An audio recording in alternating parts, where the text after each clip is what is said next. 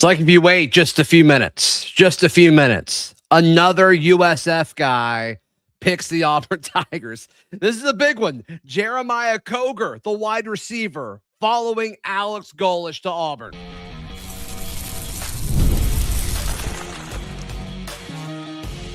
You are Locked On Auburn, your daily podcast on the Auburn Tigers. Part of the Locked On Podcast Network, your team every day. Yes, welcome on into Locked On Auburn, your daily Auburn Tigers podcast. I'm your host, Zach Blackerby, and thank you so much for making Locked On Auburn your first listen every single day.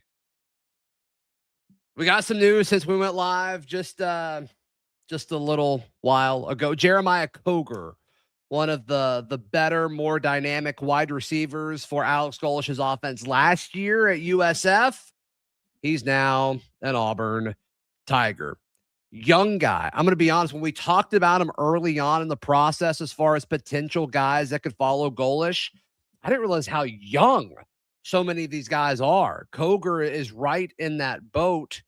When you talk about him and Neptune and Pettigrew, all young wide receivers that are going to be in the system for several years to come. Not just last year, but several years to come, which is exciting. Koger, primarily an outside guy, but did play some in the slot. 476 snaps out wide, 35 snaps in the slot, and then they moved them around formationally with a few in the backfield, a few right next to the offensive line. But for the most part, an outside wide receiver, which makes sense because Neptune, for the most part, was their slot wide receiver. Keyshawn Singleton, the guy on the other side. So all of it makes sense. I'm a little shocked, though, if I'm going to be honest with you guys, how many USF guys are coming over. I don't have an issue with it. It's just so many. And that's pretty much all it's been, which is what Auburn fans are kind of noticing. And, definitely, the two most impactful, Byron Brown and Keyshawn Singleton, not out there yet, but I do predict that they're coming, as does everyone. So not concerned about the Byron Brown, and that's what the chat is. It's like, where's Byron? He's coming, guys. He's coming. He's not going anywhere else. He'll be an Auburn Tiger. And if not, we'll have a much larger conversation moving forward. Earlier in the day, Davenport, the running back, announcing that he's going to be there, but also, and we heard several defensive guys early in the process. One of the guys we didn't talk about coming over from South Florida, Gavin Jenkins. He is a true sophomore at corner, and I'm not entirely sold as far as his path to playing time, but that's okay. To go back to Koger, though, Koger was second in USF's receiving yards from a year ago, had 38 catches, 597 yards, and he averaged 15.7 yards per catch and scored 8 touchdowns. I mean, that's pretty exciting stuff. As a freshman. And a guy who already knows the system and clearly wants to continue to be a part of what Alex Golesh is doing. I love this. 6'3", just over 200 pounds. Jeremiah Koger has a lot of traits that you want from a receiver, and obviously a guy like I think this one's easier to sell than some of the other South Florida guys. Not that we need to sell anything, but I do think Koger, his production as a freshman and being in the system, and obviously having a relationship with Byron Brown already, is super, super exciting. Super exciting. Sam with a great question. Sam's not wearing sleeves. Sam never wears sleeves. Is Koger a depth piece or a starter? I think Koger is a guy in the starting rotation. We'll need to see who else they add. I think there's a potential battle between Koger and Sam Turner now that I think is absolutely fascinating. I think Keyshawn Singleton will end up as an Auburn Tiger. That's my prediction right now, and I think he would be kind of the clear-cut number one. But I do think you need more receivers. And what gets interesting about this is when you look at the guys that Auburn lost in the receiver room, Eric Singleton, Cam Coleman, Malcolm Simmons, Perry Thompson, Horatio Fields, you lose 5.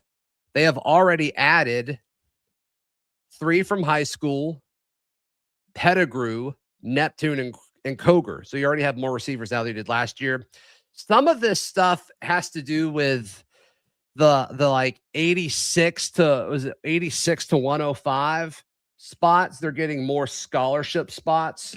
So like the rosters are going to get larger with some of these new rule changes. So I think some of that is also like where we need to be mentally. It's just going to be a little bit different. So, do I want to? Yeah, I'll go ahead and answer a few questions. The Aubinator asked Zach, any updates on the Kansas State wide receiver J.C. Brown? He's visiting. He's taking his visits. It's going to be a minute before we hear from him one way or the other. But I do think Auburn is going to push.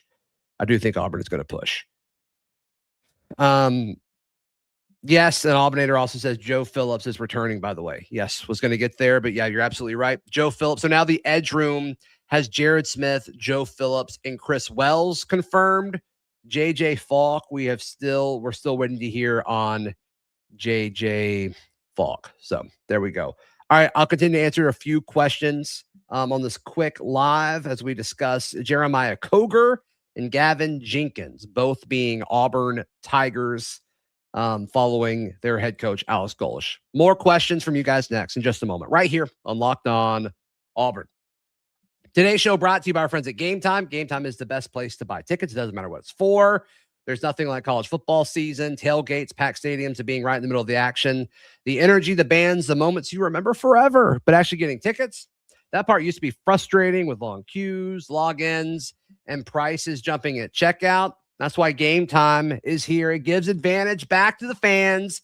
It's the easiest way to unlock amazing college tickets, whether it's football, basketball, baseball. Be here before you know it. So take the guesswork out of buying college football tickets with Gametime. Download the Gametime app, create an account, and use code LOCKEDONCOLLEGE for $20 off your first purchase. Terms apply. Again, that is code LOCKEDONCOLLEGE for $20 off. Download the Gametime app today. Today's show also brought to you by our friends at FanDuel. FanDuel is America's #1 sports book. They've got a new thing going on, NBA Happy Hour. It's your official pregame with a limited time window where special offers drop right inside the FanDuel app before the action starts. So before tip-off, check out the FanDuel app and see what's dropping for NBA Happy Hour. That's 6 to 7:30 p.m. Eastern every Friday. Little basketball, little action, and a whole lot of Friday energy.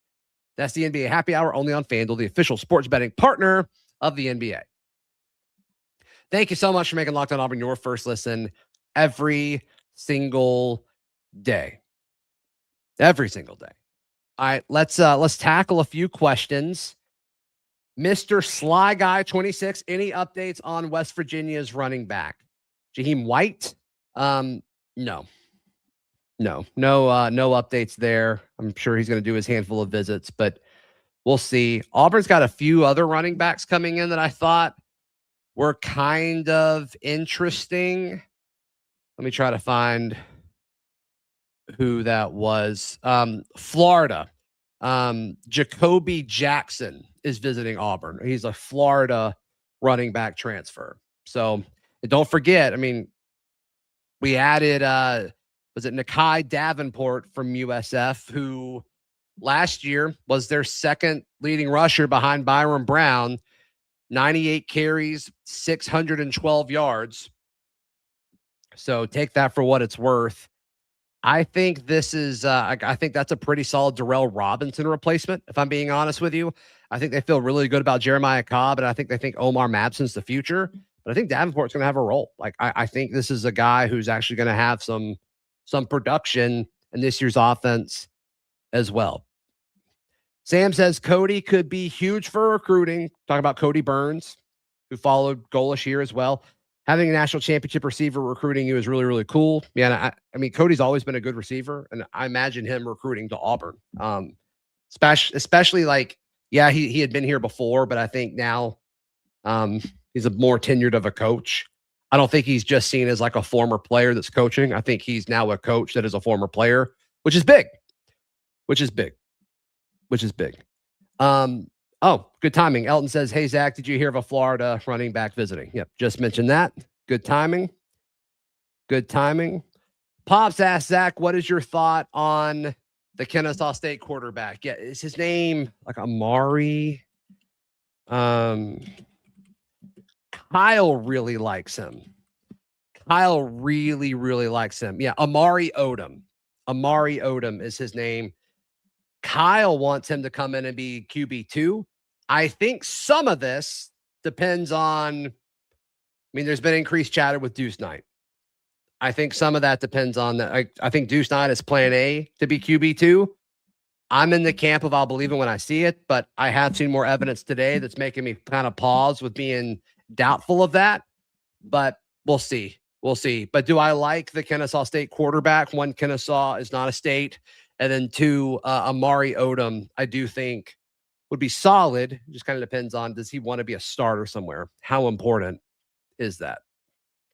A lot of people ask about the Byron Brown announcement. Like, it's coming. It's coming. If it does not come, y'all can freak out. But let's just don't do that yet. Let's just don't do that yet. Yes, the night chatter is growing more and more. 100%. 100%. Sammy says, any news on Singleton? Yeah, I'm assuming Keyshawn Singleton, right? Eric Singleton's news is he's gone. He's going to the draft, which is, congrats to him. Good luck to him. Keyshawn Singleton, I think it's in kind of the same boat as Byron Brown. I think it's coming. I think it's coming. I don't think the plan for either of those guys is to visit anywhere else. That's my understanding of it. Can things change? Yes, one phone call can change all of that, but my assumption is both of those guys will be Auburn Tigers. WK Sweat says, I expected 8 to 10 USF guys. This coach is the real deal. The fact that people want to follow him, I think, says something. Gosh, are we already at 8? What are we at? So Lachlan Hewlett, Davenport at running back, Koger, Neptune, Pettigrew, Eccles at tight end, and then Jenkins. So we're already at 7. If you get Byram, that's 8. If you get Singleton, you're at 9. It might be more than that. Crazy. Crazy. This is a good question. Jason asked, who is your favorite transfer so far? It might be Koger. I think Koger could be a really, really good player. I think Koger could be a really, really good player with what we saw him last year. Once again, he's a freshman. He's a freshman. I didn't realize how young he was when we were looking at his numbers and his stats and some of his tape. I didn't realize how young he was until a few days ago. So I think that's big. I think that's big. Ramsey says we need big boys in the trenches, 100% on both sides of the football. And I kind of like that. I do like, there's no kind of to it. I think it's actually pretty important that these USF guys, I don't think I want the trench guys from the AAC. I'm fine with the speed that he's bringing in and, the positional versatility to some extent at skill positions. I'm fine with that. The big boys that they're going after in the trenches aren't USF guys. So I think that's good. I think that's good.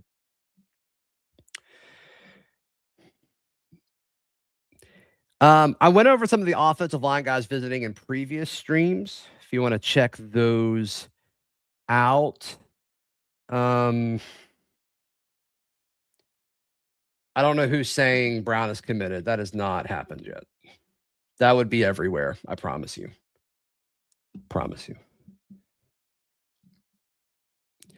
Conservative Cowboy. Zach, Deuce Knight is still not officially in the portal. I think there's traction to the Deuce stuff. I don't know if I don't feel comfortable to predict it either way, but what was chatter yesterday? Like there's smoke. I think there's smoke there for sure. For sure. 9 times saying Trinidad Chambliss going back to Ole Miss, official there. I don't think his waiver has been decided, but if he is able to come back, he's going to Ole Miss, which I think that impacts the Deuce situation for sure. For sure. It also impacts Auburn because LSU, they host LSU. That's going to be a really important game in 2026. Not to look too far ahead, but to act like that does not help Auburn, I think would be silly. I think that would be silly.